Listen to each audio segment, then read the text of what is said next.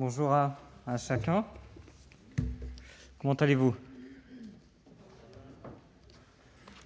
Comment allez-vous? Ah, j'ai eu peur un instant. J'ai cru que j'étais seul. On a passé des moments compliqués.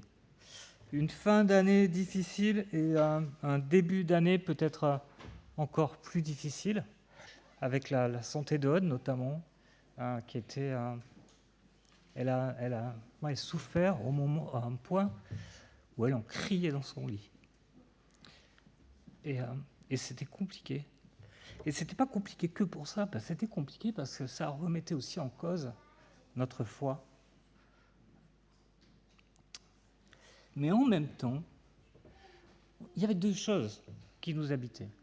La conviction que ce que l'on vit est nécessaire pour nous préparer pour le ciel. Et ça, c'est vraiment génial. Et puis la conviction que malgré les apparences, Dieu est un bon Père. Un Père qui prend soin de nous et qui nous donne le meilleur. Et vraiment, ma foi, en tout cas, était mise à l'épreuve. Et des fois, Dieu nous soutient, nous encourage par des moyens très détournés. Et peut-être juste une anecdote pour dire ça. On avait une vieille Volvo qui nous a suivis fidèlement pendant 17 ans. Et on avait fait des bons calculs. On s'était dit encore 3 ans et on la change et vraiment tout va bien dans le meilleur des mondes. Et puis elle a décidé que ça en était autrement et elle a rendu l'âme. Et quand les garagistes m'ont fait un devis, j'ai dit oui, effectivement, elle a bien rendu l'âme. Je dis bon, c'est pas grave, on va peut-être acheter une voiture.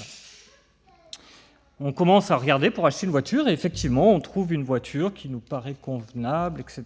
Et puis, on avait commencé à épargner pour ça. On n'était pas tout à fait à ce qui était rendu, mais je dis c'est pas grave, on doit pouvoir le faire. On appelle le banquier à Grenoble et puis il nous dit mais il n'y a pas de souci, vous inquiétez pas, ça passe sans aucun problème. Je vous prépare une offre de crédit complémentaire. Je dis ok, super, tu vois, merci Seigneur, tout se passe bien. Et puis, au moment où on va pour accrocher, il me dit juste un truc, il me dit, mais vous louez toujours votre maison là à Grenoble? Il dit, ça se passe bien avec vos locataires, pas de souci, vous pourrez m'envoyer le contrat, etc. Et je dis, en fait, le locataire là, il part, mais vous inquiétez pas, on en a un nouveau qui rentre début février. Il me dit, pas de problème, je vous fais confiance, on n'a jamais eu de souci avec vous, je vous fais ça. On va acheter la voiture, Yann m'accompagne, on va la chercher, on revient tout content. Et le lendemain, je reçois un coup de téléphone de l'agence qui me dit, j'ai une nouvelle pas terrible. Elle n'est pas si mauvaise que ça, mais le locataire qui devait rentrer, en fait, par un concours de circonstances, on vient de se rendre compte qu'en fait, on le connaissait déjà. En fait, il n'est pas venu lui-même, c'est sa compagne qui est venue et on n'a pas compris tout de suite, mais en fait, ce locataire-là, il nous a déjà laissé des impayés au point qu'au bout de 3 ans, on a été obligé de l'expulser. Et en plus, il a laissé l'appartement dans un état mais absolument lamentable. Alors, je suis vraiment désolé qu'on ait mis 2 mois pour s'en apercevoir et que ça arrive juste au moment où il va bientôt rentrer. Mais voilà, c'est mieux que si on s'en était pas aperçu. Oui, effectivement, c'est mieux que si on s'en était pas aperçu. Et puis là, je me dis, mince, il faut que j'appelle le banquier et que je lui dise que finalement, en fait, on n'a pas de locataire et que je ne peux pas lui envoyer le contrat. Et puis, je commence à appeler mon beau-frère qui est dans le milieu de l'immobilier. Je commence à lui dire, mais est-ce qu'il y a des solutions, des trucs que je peux faire? Et il me dit, non, tu peux rien faire. C'est comme ça, c'est la vie. OK. Et je me dis, mais c'est pas possible. Pourquoi tout s'enchaîne et pourquoi tout est lié et tout tombe en même temps? Je commence à écrire un mail un petit peu sévère, mais je ne l'envoie pas à l'agence. Je dis, je vais réfléchir encore, je l'écris, je le mets dans mes brouillons. Et le lendemain, alors que j'étais en train de regarder ce mail et de dire, ça va, c'est correct ce que je dis, l'agence m'appelle et elle me dit, écoutez, on a une bonne nouvelle. On a quelqu'un à qui on n'avait pas répondu la première fois, parce qu'on avait déjà loué, il nous a appelés, et il veut la maison. Et puis en plus, c'est vraiment bien, parce que ce monsieur, on le connaît bien. En fait, son père loue depuis 20 ans chez nous. Lui aussi était locataire d'un appartement chez nous. C'est des gens vraiment sérieux, ils sont super, on n'a jamais eu aucun souci avec vous. Et en fait, il veut la maison tout de suite. Il ne demande qu'une chose, c'est qu'il puisse rentrer tout de suite. Et en fait, vous savez, dans l'opération, en fait, on a gagné 1 mois de loyer. Et j'ai pu appeler mon banquier en lui disant, c'est bon, ça va. Et en fait, quand on regarde les choses au coup par coup, et au milieu de moments où j'avais déjà des doutes, où j'étais un peu remué, je me disais, mais pourquoi tout tombe en même temps ? Tout tombe en même temps parce que Dieu, il a besoin qu'on lui fasse confiance. Parce que Dieu, il cherche avant tout à ce qu'on l'aime et qu'on se confie en lui et qu'on voit qu'il est un bon Père. Jésus veut avant tout qu'on le suive sur le chemin qu'il nous donne à marcher et pas ailleurs. Et au début de l'évangile de Luc, nous avons vu Jésus qui débute son ministère seul. Et puis une des premières choses que Jésus fait, en fait, c'est qu'il commence à appeler des personnes à le suivre. Et on le voit, il va voir des pêcheurs, des collecteurs d'impôts, des fonctionnaires. Et on se dit, mais c'est quoi qui réunit ces gens-là ? Pourquoi il va chercher ces gens-là ? Il n'y avait pas d'autres personnes à aller chercher que ces gens-là ? Et en fait, ces gens ont un point commun, qui est assez frappant. Instantanément, ils laissent tout ce qu'ils font. Ils laissent leur profession, leurs possessions, leurs rêves, leur famille, leurs amis, leur tranquillité. Ils laissent tout ça là et ils suivent Jésus. Et puis, Luc continue de dérouler son évangile. Et là, maintenant, on est au chapitre 14. Et on est au verset 25. Et regardez comment ça commence, si vous ouvrez vos Bibles avec moi.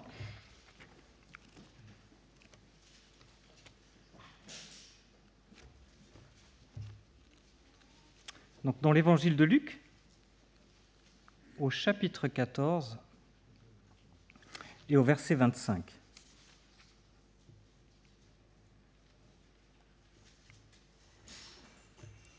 De grandes foules faisaient route avec Jésus. Et là, on se dit, waouh! En fait, ça y est, Jésus a réussi sa mission. Il était venu pour faire des disciples, et voilà, des foules le suivent. Elles suivent leur Messie, mission accomplie. Et là, Jésus se retourne vers ces foules, et qu'est-ce qu'il leur dit ? Est-ce qu'il leur dit, peut-être qu'on dirait, waouh, super, vous êtes sur le bon chemin, on y va ensemble. Allez, on s'accroche, on est bientôt à Jérusalem, on est bientôt au bout de la route, motivons tout le monde. Allez, on y va tous. En fait, il les regarde, il leur dit, il y a un prix à payer pour me suivre. Il les avertit. Il leur dit, mais non, il y a un prix à payer pour me suivre. Et ce matin, j'aimerais qu'on regarde ensemble quel est ce prix que Jésus nous demande à payer pour le suivre. Et je voudrais qu'on lise dans l'évangile de Luc, au chapitre 14, les versets 25 à 35. De grandes foules faisaient la route avec Jésus. Il se retourna et leur dit, « Si quelqu'un vient à moi sans me préférer à son père, sa mère, sa femme, ses enfants, ses frères, ses sœurs, et même sa propre vie, il ne peut pas être mon disciple. Celui qui ne porte pas sa croix et ne me suit pas ne peut pas être mon disciple. En effet, si l'un de vous veut construire une tour, il s'assied d'abord pour calculer la dépense et voir s'il a de quoi la terminer. Autrement, si après avoir posé les fondations, il ne peut pas la terminer, tous ceux qui le verront se mettront à se moquer de lui, en disant « Cet homme a commencé à construire et il n'a pas pu finir. » De même, si un roi part en guerre contre un autre roi, il s'assied d'abord pour examiner s'il peut, avec 10 000 hommes, affronter celui qui vient l'attaquer avec 20 000. Si ce n'est pas le cas, alors que l'autre roi est encore loin, il envoie une ambassade pour demander la paix. Ainsi, donc aucun de vous, à moins de renoncer à tout ce qu'il possède, ne peut être mon disciple. Le sel est une bonne chose, mais si le sel perd sa saveur, avec quoi lui la rendra-t-on ? Il n'est ni bon pour la terre, ni pour le fumier, on le jette dehors. Que celui qui a des oreilles pour entendre, entende. Et j'aimerais que l'on traverse ce texte au travers de 3 points. Suivre Jésus, c'est lui abandonner nos affections, c'est lui abandonner nos ambitions, c'est lui abandonner nos biens. Jésus nous demande de lui abandonner nos affections. Jésus commence vraiment très fort ce discours. Si quelqu'un vient à moi sans me préférer à son père, sa mère, sa femme, ses enfants, ses frères, ses sœurs, ni même à sa propre vie, il ne peut être mon disciple. Et peut-être que certains même ont été encore plus choqués par la lecture, parce que leur texte dit pas juste sans me préférer, mais si quelqu'un vient à moi sans haïr. Et là on se dit, mais qu'est-ce qu'il faut comprendre à ça ? Jésus est en train de me demander d'haïr mes frères, ma mère, ma femme, etc. Alors je vous propose de prendre un peu de recul. Regardons par exemple ce que Jésus dit du mariage aux pharisiens qui sont en train de l'interroger sur le divorce. C'est un bon cas quand on est sa femme. Marc 10, les versets 6 à 9. Mais au commencement de la création, Dieu a fait l'homme et la femme. C'est pourquoi l'homme quittera son père, sa mère et s'attachera à sa femme. Et les deux ne feront qu'un. Ainsi, ils ne seront plus deux, mais ne feront qu'un. Que l'homme ne se sépare donc pas de ce que Dieu a uni. Il semble clair que Jésus n'encourage pas à haïr ou même à ne pas aimer sa femme, à se séparer d'elle pour le suivre. Si nous regardons, le texte nous parle aussi de la famille proche, les parents, les frères, les sœurs, les enfants. Que nous dit la Bible à ce sujet ? Regardons par exemple ce que nous dit l'apôtre Paul, ça me semble assez clair. Si quelqu'un n'a pas soin des siens, et principalement de sa famille, il a renié la foi, il est pire qu'un infidèle. 1 Timothée 5,8. Les 10 commandements nous encouragent à honorer nos parents. Alors que veut dire Jésus ? Pour le comprendre, je crois qu'il faut entendre peut-être cette expression assez couramment à propos de la famille proche. Nous parlons de ceux que nous aimons par-dessus tout. Nous disons « je t'aime plus que tout ». J'ai mon fils Gabriel qui me dit « Papa, je t'aime plus que tout ». Et après il nuance, il dit « oui, pas que maman et pas que Dieu. Et j'aime aussi mon frère ». Ça dépend des jours. Je t'aime plus que tout. Nous nous aimons par-dessus tout. Et ces mots qui peuvent paraître des fois peut-être un peu banals quand on s'adresse à son conjoint, ses enfants, ses parents, peuvent aussi cacher que dans notre cœur, nous avons placé notre famille au-dessus de Dieu. La traduction qui nous est proposée ici, « si quelqu'un vient à moi sans me préférer », le texte ne dit pas de ne pas aimer notre famille, il ne dit pas de ne pas aimer notre propre vie.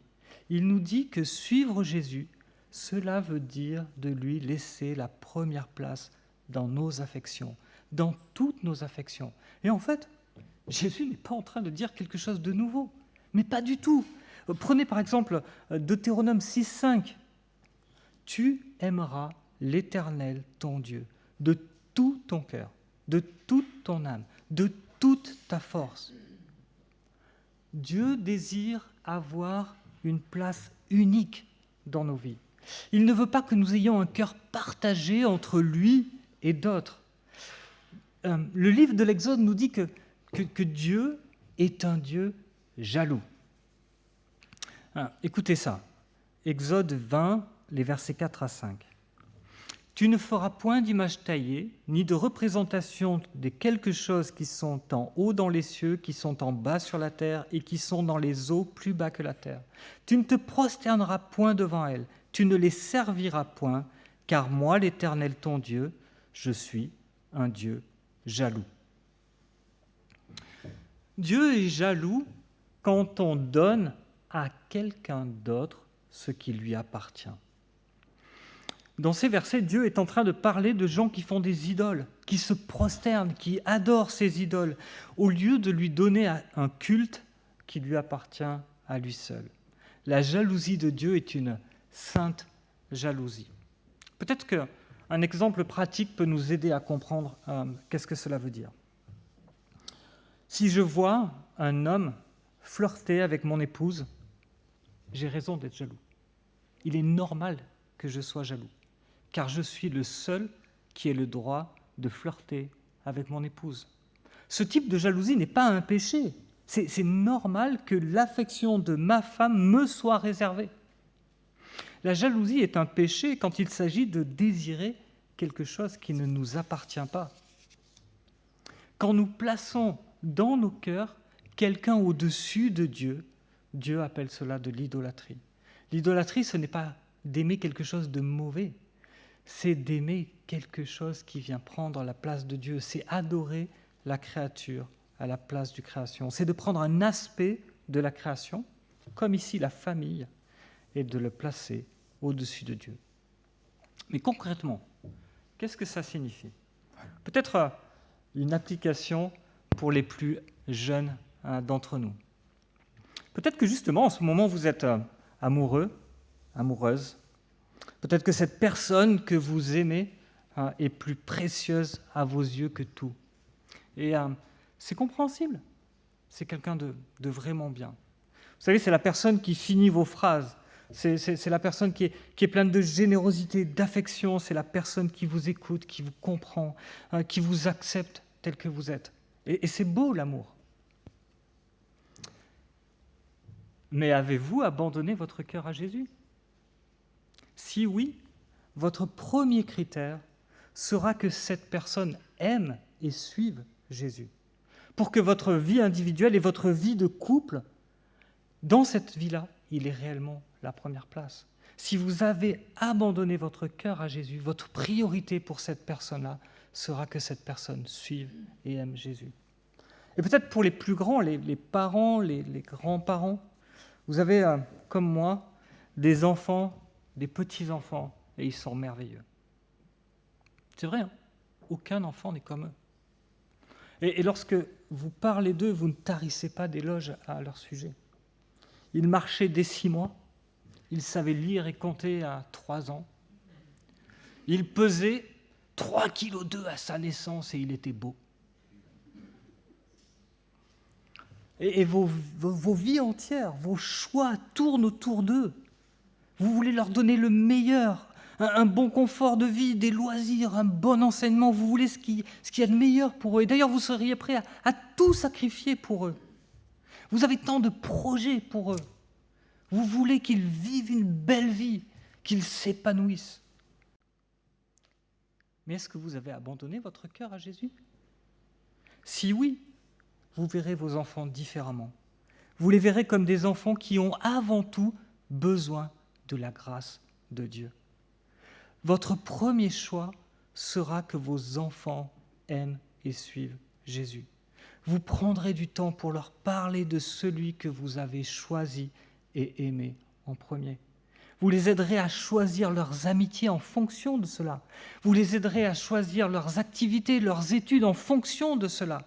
Vous les aiderez à voir la main de Jésus dans leur vie. Vous les aiderez à aimer Jésus quand vous traverserez des circonstances qui sont difficiles. Vous ne renierez pas Jésus quand les choses seront compliquées parce que vous savez qui est Jésus. Vous lui avez abandonné votre cœur et vous voulez que vos enfants l'aiment au travers de ce que vous vivez. Je voudrais juste vous inviter, je le refais, je voudrais juste vous inviter à réfléchir une seconde. Qui est en train de dire ça ?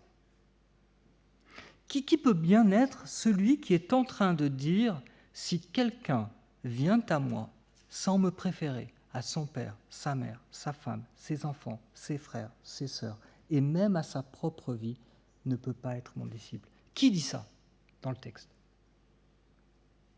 C'est Jésus. C'est Jésus.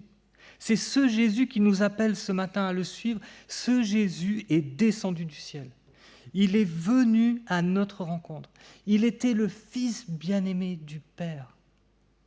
Il avait tout dans le ciel. Rien ne lui manquait. Il trouvait toute sa joie en Dieu et Dieu trouvait toute sa joie en lui. Il était en parfaite communion avec Dieu. Et il est en train de marcher vers Jérusalem. Il a quitté les cieux pour marcher vers cette croix. Et vous vous rappelez, depuis Luc 9, 51, on voit sans arrêt, c'est rappelé, Jésus a résolument tourné sa face. J'aime bien cette expression, vers Jérusalem. Il est résolu à aller vers cette croix. Il sera sur cette croix totalement séparé du Père à cause de notre péché. Jésus nous appelle à le suivre sur un chemin où il nous devance, sur un chemin que lui a choisi de suivre, sur un chemin sur lequel il a marché. Il n'est pas en train de nous dire « va là où je ne vais pas ».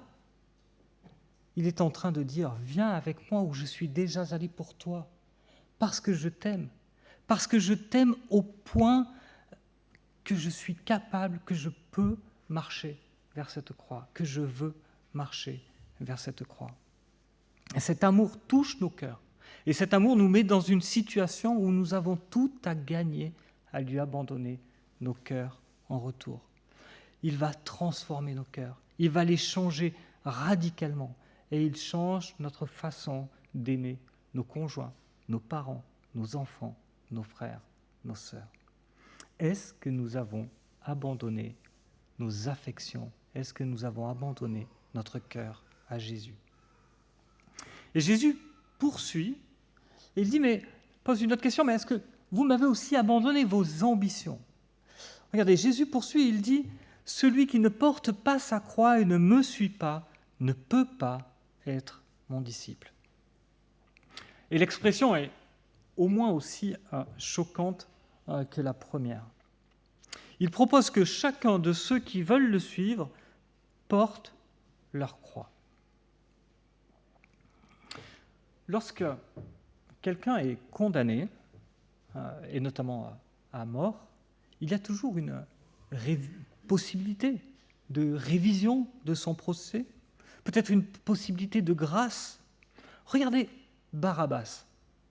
Il est en prison pour meurtre, mais le jour de la fête de la Pâque, le gouverneur romain propose de libérer un prisonnier. Barabbas ou Jésus? Et la foule crie. La foule crie Barabbas. Et j'aime à m'imaginer que Barabbas, dans sa prison, entend cette foule crier son nom. Qu'est-ce que ça veut dire pour lui? Ça annonce la mort certaine. La foule hurle le nom de ce meurtrier. Cet homme est coupable. Il aurait dû subir la peine qui était prévue à l'époque. Mais au dernier moment, il est libéré. Il y a toujours un espoir, aussi infime soit-il. Mais lorsque vous portez votre croix, vous êtes en chemin vers la mort. Celle-ci est devenue inéluctable. Vous êtes maintenant entre les mains des soldats qui eux-mêmes ne peuvent rien faire pour vous. Ils ne sont que des exécutants. Lorsque vous portez votre croix, vous tenez entre vos mains l'instrument qui va vous tuer. Il n'y a pas de retour en arrière possible. Celui qui porte sa croix a renoncé à sa vie. Paul le dit un peu différemment dans sa lettre aux Galates. Il dit « J'ai été crucifié avec Christ, et si je vis, ce n'est plus pour moi que je vis, c'est Christ qui vit en moi. Si je vis maintenant dans la chair, je vis dans la foi au Fils de Dieu qui m'a aimé, qui s'est livré lui-même pour moi. » Paul a renoncé de vivre pour lui-même. Il a été crucifié avec Christ. Son ancien mode de vie est passé, il n'y a pas de retour en arrière possible. Il a cessé de vivre pour lui-même, il a renoncé à ses rêves, il a renoncé à ses envies pour épouser celle de Christ, le laisser vivre en lui. Nous avons vu que pour certains, peut-être que le problème est d'avoir mis ce qu'ils aiment avant Christ lui-même. Mais pour d'autres, c'est d'avoir pris eux-mêmes cette place-là. Jésus, je veux bien de ton salut. Tu as donné ta vie pour moi et j'en suis reconnaissant, mais je veux continuer de vivre ma vie comme si rien ne s'était passé. Je veux continuer de faire mes propres choix sans te prendre en compte dans ma vie. Je ne veux pas renoncer à la vie telle que moi je la conçois. Je veux choisir mon travail, je veux choisir mes loisirs, je veux choisir ce qui est bien, ce qui est mal.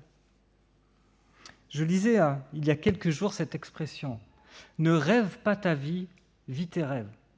C'est beau, non ? Et ça fleurit sur les réseaux sociaux avec beaucoup de succès. Mais ce n'est pas ce que nous dit le texte. Jésus nous appelle à renoncer à nos ambitions, nos désirs pour suivre Jésus. Il nous appelle à aller sur le chemin que lui a choisi pour nous. Ce ne sera pas forcément le chemin le plus facile. Ce ne sera pas forcément le chemin où nous serons mis le plus en avant. Ce sera le chemin où nous serons toujours auprès de lui. Ne rêve pas ta vie, mais vis les rêves de Jésus pour toi. Son rêve pour chacun de ceux qui vont le suivre s'accomplira. Devenir semblable à lui. Est-ce qu'il y a quelque chose de plus désirable que de suivre la vie parfaite révélée en Jésus-Christ? Encore une fois, regardons qui prononce ces paroles. Qui est en train de dire que si nous ne portons pas notre croix, nous ne pouvons pas être son disciple? Celui qui a pris la direction de la croix, celui qui va porter sa croix. Dans quelques heures, il dira dans une prière à son Père, « Non, pas ma volonté, mais la tienne. » Il y a quelque temps, il a dit à ses disciples que personne ne lui ôterait sa vie, mais que lui-même la donnerait pour ceux qu'il aime. Le fait que Jésus donne sa vie est la preuve ultime de son amour pour nous. Christ a aimé l'Église et s'est livré lui-même pour elle. Il n'y a pas de plus grand amour que de donner sa vie pour ses amis. Le Fils de l'homme est venu non pour être servi, mais pour servir et donner sa vie comme rançon de beaucoup. Nous devons nous saisir que l'amour de Jésus est notre bien le plus précieux. Nous demandons, nous voulons plein de choses. Honnêtement, quand je considère l'amour de Christ pour moi, je ne voudrais rien d'autre que ce qu'il me propose de vivre. Honnêtement, quand je prends le temps, que je lis ces textes, que je regarde celui qui a porté cette croix pour moi, je veux témoigner que je ne veux rien d'autre que ce qu'il me donne à vivre. Mais je dois aussi confesser quelque chose. Il m'est arrivé de croire que je méritais une vie meilleure. Mais ce n'est pas vrai, parce qu'il n'y a rien de meilleur que ce que Dieu nous donne à vivre pour nous rendre semblables à lui. Il n'y a rien de meilleur. Et je veux le croire, et je vous appelle à le croire avec moi. Troisième point. Dieu nous appelle à lui abandonner nos biens. Certains d'entre nous auront peut-être des difficultés à mettre Christ avant leurs relations les plus proches. D'autres auront du mal à renoncer à leurs ambitions, les rêves qu'ils se sont faits de leur vie. Et certains auront du mal à renoncer à leurs biens. Et Jésus traite ce point avec deux illustrations dans les versets 28 à 33. Il dit d'abord que si quelqu'un veut construire une tour, il doit d'abord s'asseoir pour calculer la dépense et voir s'il a de quoi les terminer. Parce que si jamais il n'y arrive pas, qu'il a posé les fondations, en fait, les gens vont se moquer de lui. Ils diront, cet homme, il a commencé à construire quelque chose, et puis regardez où il en est maintenant.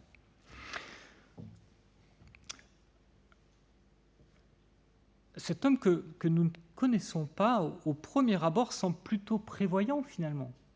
Il veut construire une tour. Les tours, en fait, étaient des abris dans lesquels on venait protéger ses récoltes. Et ça semble plutôt sensé que de vouloir construire cette tour pour protéger ses récoltes.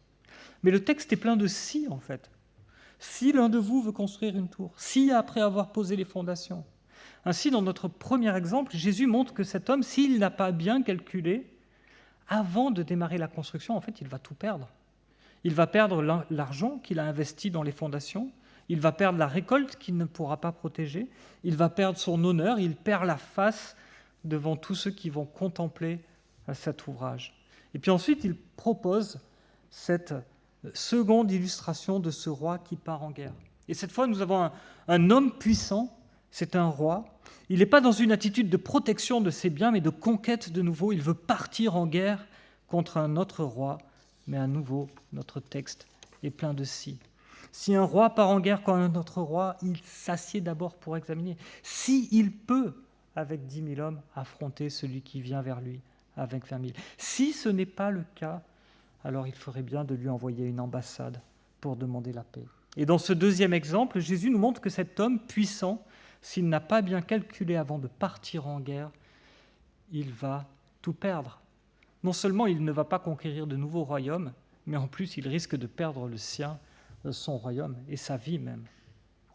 Par ces deux paraboles, Jésus veut montrer que l'engagement du disciple n'est pas un engagement à prendre à la légère. Ce n'est pas un engagement que nous prenons sous le coup de l'émotion. Il s'agit, et l'expression revient dans les deux paraboles, de calculer ce que nous sommes en train de faire. Mais il montre une deuxième chose qui est peut-être moins évidente au premier regard. C'est que ces deux hommes qui ont voulu protéger leurs biens ou en acquérir de nouveaux ont tout perdu. Ces hommes qui ont voulu protéger leurs biens ou ces hommes qui ont voulu en acquérir de nouveaux ont tout perdu. Quand on lit ce texte, il me semble qu'il y a une question assez légitime à se poser. Mais est-ce que Jésus veut vraiment qu'on le suive ? Il y a une grande foule qui est là, et en fait, on a cette impression que Jésus est en train de les décourager de le suivre. Et encore une fois, posons-nous la question. Qui est en train de dire cela ? Qui est en train de dire « Aucun de vous, à moins de renoncer à tout ce qu'il possède, ne peut être mon disciple ». Dans Philippiens 2, nous lisons « Lui, Jésus-Christ, qui était de condition divine, ne chercha pas à profiter de l'égalité avec Dieu, mais il s'est dépouillé lui-même. Il a pris la condition d'un serviteur, en se rendant semblable aux hommes, se trouvant ainsi reconnu à son aspect comme un simple homme. Il s'abaissa lui-même, devenant obéissant, jusqu'à subir la mort. Oui, la mort de la croix. Et le texte ne s'arrête pas là, en fait. Il continue. C'est pourquoi Dieu l'a élevé à la plus haute place, lui a donné un nom au-dessus de tout nom, pour qu'au nom de Jésus, tout être s'agenouille dans les cieux, sur la terre, sous la terre, que chacun déclare Jésus-Christ est Seigneur à la gloire de Dieu le Père. Si nous construisons nos vies, nos biens, sur nos talents, sur nos efforts, sur notre obéissance à la parole, sur notre discipline, sur notre volonté de bien faire, à la fin, nous allons tout perdre. Pourquoi ? Parce que dans la Bible, nous apprenons que c'est quand nous mourons que nous vivons. C'est quand nous sommes pauvres que nous sommes riches. C'est quand nous donnons que nous recevons. C'est quand nous nous humilions que nous sommes glorifiés. C'est quand nous renonçons à nos vies que nous recevons celle de Christ. Lui qui s'est fait pauvre de riche qu'il était, pour que par sa pauvreté, nous soyons enrichis. Le but de Jésus, il ne faut pas s'y tromper, il n'est pas de nous appauvrir, il est de nous enrichir. Il veut que nous détournions nos cœurs de ce qui est éphémère et que nous allons perdre malgré tous nos efforts pour recevoir ses richesses. La vie, la sécurité, l'amour, la valeur, la gloire, tout cela, nous allons le recevoir de lui parce que lui s'est appauvri pour que nous soyons enrichis. Jésus termine son discours avec ces paroles un peu énigmatiques. Le sel est une bonne chose, mais si le sel perd sa saveur, avec quoi lui la rendra-t-on ? Il n'est ni bon, ni pour la terre, ni pour le fumier, on le jette dehors, que celui qui a des oreilles pour entendre, entende. si nous n'avons pas abandonné nos cœurs à Jésus, si nous ne sommes pas morts à notre vie pour vivre la vie de Christ, nous sommes comme ce sel qui n'est pas vraiment du sel. Aujourd'hui, le christianisme rassemble 2,4 milliards de croyants. Une grande foule semble suivre Jésus. Mais Jésus regarde cette foule et nous regarde, nous, aujourd'hui, ici. Et il nous dit, « Êtes-vous réellement prêts à me suivre ?» Parce que du sel qui ne sale pas, ça ne sert à rien.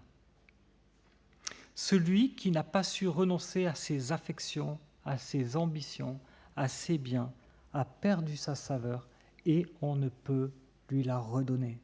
Il est inutile pour le royaume de Dieu. Et Jésus va plus loin, il n'est pas en train de nous dire qu'il y a deux catégories de chrétiens, ceux qui reflètent Christ, qui le suivent, et puis les autres. Il continue, il ne sert à rien, pas même aux plus basses tâches que pouvait avoir le sel qu'on pouvait utiliser comme, quand il était trop pollué, comme herbicide ou comme ralentisseur de fermentation du fumier. Même pas à ça, il est juste bon à être foulé aux pieds. Il est juste bon au jugement de Christ. Rejeter l'offre de suivre Christ, c'est rejeter Christ. L'accepter, c'est accepter tout de lui. C'est accepter tout de lui. La paix, la joie, la sécurité, l'amour, la valeur. Et ce, dès maintenant et pour l'éternité. La plupart d'entre nous ici, je pense, j'imagine, on fait ce choix de suivre Jésus. Et pour certains d'entre nous, ça fait déjà bien des années que nous suivons Jésus. Et il me semble que si ce texte nous râpe un petit peu, c'est parce qu'il nous rappelle que nous avons besoin de l'Évangile jour après jour. Peut-être que des fois, on a tendance à penser que l'Évangile est pour ceux qui ne connaissent pas Jésus, mais que nous, maintenant, nous sommes sauvés, et tout va bien jusqu'au ciel. Mais nous avons besoin continuellement de l'Évangile, parce que l'Évangile ravive, soutient notre foi. Quand nous vivons une situation difficile, il n'y a que l'Évangile et la promesse de Christ qui soutient notre foi et qui nous aide à la traverser en gardant confiance et en disant « Oui, ok, je veux bien recevoir ça, y compris de toi, parce que je veux tout recevoir de toi. » L'Évangile soutient, ravive notre foi. Notre foi produit l'amour pour Christ. L'amour pour Christ nous conduit à abandonner nos vies, nos circonstances, pour vivre avec bonheur la vie qu'il nous donne à vivre. Quels sont les domaines qui sont les plus difficiles pour vous ? Est-ce que vous avez du mal à abandonner vos affections ? Est-ce que vous avez du mal à abandonner vos biens ? Est-ce que vous avez du mal à abandonner vos ambitions ? Quels sont les besoins, les domaines dans lesquels vous avez besoin que l'on vous rappelle l'Évangile ? Et qui vous accompagne ? Qui vous rappelle l'Évangile sur ces domaines-là ? À qui avez-vous confié que vous aviez ces besoins-là ? À qui est-ce que vous parlez de cela ? Qui vous demande des nouvelles sur ces sujets-là ? Qui prie pour vous sur ces sujets-là ? Qui vous rappelle les promesses de l'Évangile sur ces sujets-là ? Est-ce qu'il y a quelqu'un qui fait cela pour vous ? La deuxième chose, c'est que si, par la foi, nous devenons à l'image de Christ, en étant comme lui, par amour, amenés à abandonner nos vies, nos affections, nos ambitions, à abandonner tout cela, alors cela devrait nous conduire à offrir nos vies pour de nouveaux disciples. Comme lui, nous devrions offrir nos vies. Alors je pose la question, quelle est la personne dans laquelle vous allez investir cette année ? Quelle est la personne que vous allez accompagner, avancer avec elle, prendre le temps de redécouvrir l'Évangile, le redécouvrir avec elle ? Une des choses que nous faisons ici, c'est de prendre du temps avec une personne qui, à un moment donné, a besoin d'être encouragée dans la vie de disciple. Les anciens, nous faisons ça, et il y a des gens que je rencontre de semaine en semaine, et Matthieu le fait, d'autres le font en fait. Nous prenons juste le temps de lire la parole ensemble, pendant 1 heure, de prier ensemble, de voir quels sont les points sur lesquels nous avons besoin d'avancer. Mais ce n'est pas un métier de pasteur, c'est un métier de disciple en fait. Avec qui le faites-vous cette année? Avec qui allez-vous le faire cette année? Avec qui allez-vous prendre ce temps de vivre l'Évangile? Prenez juste un livre. On peut vous-même vous donner un canevas, par exemple, sur Éphésiens ou sur 1 Pierre. Matthieu a préparé ça, c'est vraiment excellent. Je m'en sers souvent. Où on lit 1 Pierre, et puis ou Éphésiens, il y a quelques questions à la fin. Chacun le lit, et on répond aux questions, et ensuite on prie ensemble. Et on redécouvre l'Évangile ensemble. Et nous aimons Dieu. Et en aimant Dieu, Dieu nous transforme. Notre principal problème dans la vie, je suis désolé de vous apprendre ça, ce n'est pas les impôts. Ce n'est pas la maladie non plus. Ce n'est pas non plus les voisins compliqués. Ce n'est pas non plus les relations un peu difficiles au travail. Ce n'est pas notre principal problème dans la vie. C'est notre foi. C'est notre foi dont nous devons prendre soin. La foi vient de ce que l'on entend vient de la parole de Dieu. Prenez le temps de réfléchir. Qui avez-vous envie d'accompagner cette année? Je voudrais encore prier avec vous.